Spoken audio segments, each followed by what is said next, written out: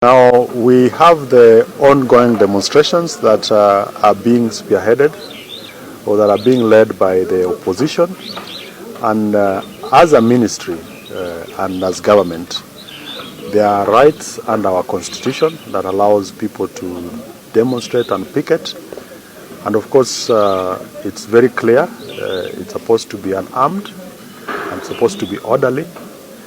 Now we've had challenges around those demonstrations in the sense that the lives of Kenyans have been put at risk, starting with the journalists yourselves.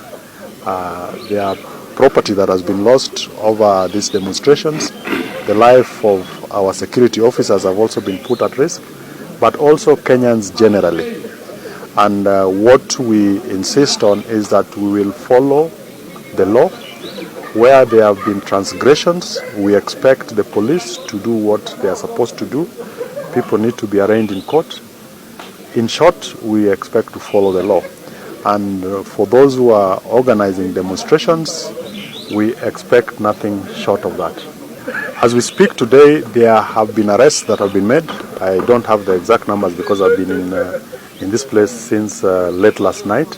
But the arrests that have been made for people who are considered suspects with regards to the various transgressions that have happened across the country, not just in Kisumu, in Nairobi, but as well as Siaya, in Migori, and some parts of Homa Bay. Now, the much that the security agencies can do, one is to arrest, arraign in court, of course, provide the evidence, and then we will expect and wait for the courts to do their bit. Of course, then we still also need to have our security agencies continue to monitor what is going on and ensure that we secure lives and property of Kenyans. I think what we expect is that there needs to be the restraint on part of the police officers, but also on the side of journalists or generally or the rest of Kenyans, is that there needs to be certain level of precautions we take, whether it's in terms of identification, because as it is today, I need to look at the full details of what transpired yesterday. But the bottom line is that we expect restraint on the part of the security officers, but also we expect that as Kenyans, we also operate responsibly in terms of not putting ourselves at risk whenever we can. But again, this is not to give a free ticket to those who are the criminal elements who are part of the demonstrations to run riot on Kenyans. I want to assure our visitors who are coming from out there that our systems for immigration, our systems for work permits are intact, and that the current maadamanos have not affected our systems.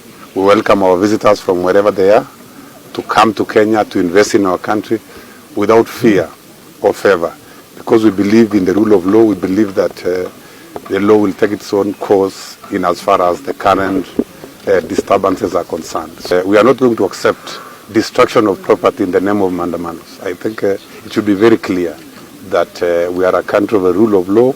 We believe in the law, we believe in the constitution, and we are not going to accept goons to take advantage of some of the loopholes to be able to loot people's properties, to be able to damage properties, and be able to do things which are against the constitution in the name of maadamanos. So far, we don't have any adverse or negative travel advisories, and I urge our friends, the community of nations, to understand that we respect the rule of law, and that there should be no need really of giving any travel advisories against traveling to Kenya. These maadamanos are political, and in many societies they happen. And as it is now, we believe that the government is going to ensure that there is harmony in our country. So I urge nations, or other people from the West, to be able to understand that this is a political process and it happens, and that the government is totally in charge, and our security apparatus are intact, and will ensure that everybody's property is protected. Thank you. I think it's very unfortunate. It's really uncalled for. And I want to call the Azimio leader to really desist from these maadamanos. Maybe his intention is to cause disharmony, to cause unrest in this country, to hurt the economy, which is very unfortunate because we know it has been his trademark of doing politics ever since. I want to call Kenyans of goodwill, peace-loving Kenyans, law-abiding Kenyans to desist from participating in these demonstrations. The elections are behind us, and it's time that the economy needs to be rebuilt and peace and cohesion in this country to be enhanced and move forward as one indivisible country. Yeah, it's very unfortunate. As the CA's representative has just spoken about it, it's true, the Constitution provides the manners on which picketing and demonstration are supposed to be conducted. But we know the intention of these opposition-led demonstrations were largely meant to destroy people property, destroy businesses, and even cause bloodshed. So we condemn the strongest term possible, but we want to assure that the National Police Service is up to the task and they are going to deal with these perpetrators accordingly.